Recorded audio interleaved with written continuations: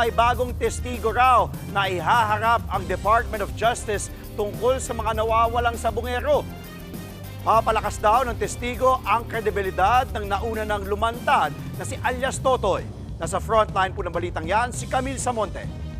Matapos lumantad noon ng whistleblower na si Julie Patidongan o alias Totoy, isang bagong testigo ang ilalabas ng Department of Justice tungkol sa mga nawawalang sabungero. Hindi lang daw testimonya ang kanyang hawak, kundi pati ebidensya. Malalaman nyo very soon. Napakahalaga. It bolsters the credibility of Totoy. Bukod sa kwento, meron itong sariling ebidensya pa na kalakip kasama nito. Medyo bago. Hindi pa namalabas sa inyo. Hindi pa namalabas sa media.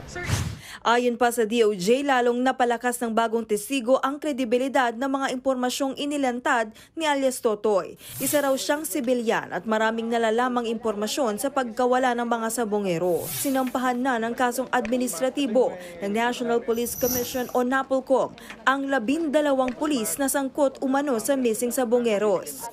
Nakitaan ang probable cause ng mga pulis base sa salaysay at mga dokumento ni Dondon Patidongan o alias Totoy at mga video na nakalap at mga salaysay ng mga kamag-anak ng mga nawawalang sabongero. Dadaan sa pagdinig ng NAPOLCOM NBank ang mga pulis kung saan makakadepensa sila.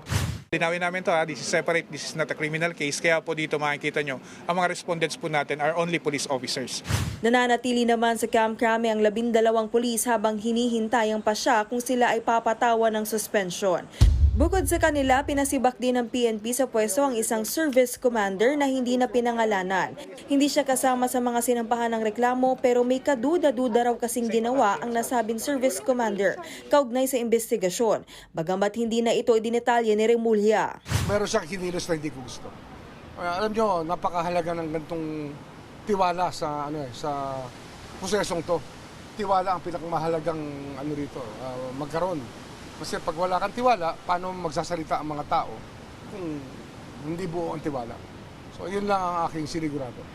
Hinikayat naman ng NAPOLCOM ang pamilya ng mga biktima na lumapit sa kanila at makipagtulungan. Wala tayong dapat katakot. Sila nga ang dapat matakot sa atin. At with the support of the President, everything else follows.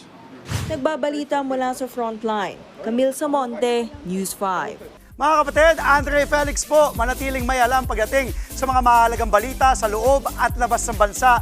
Mag-follow at mag-subscribe na po sa social media pages ng News 5.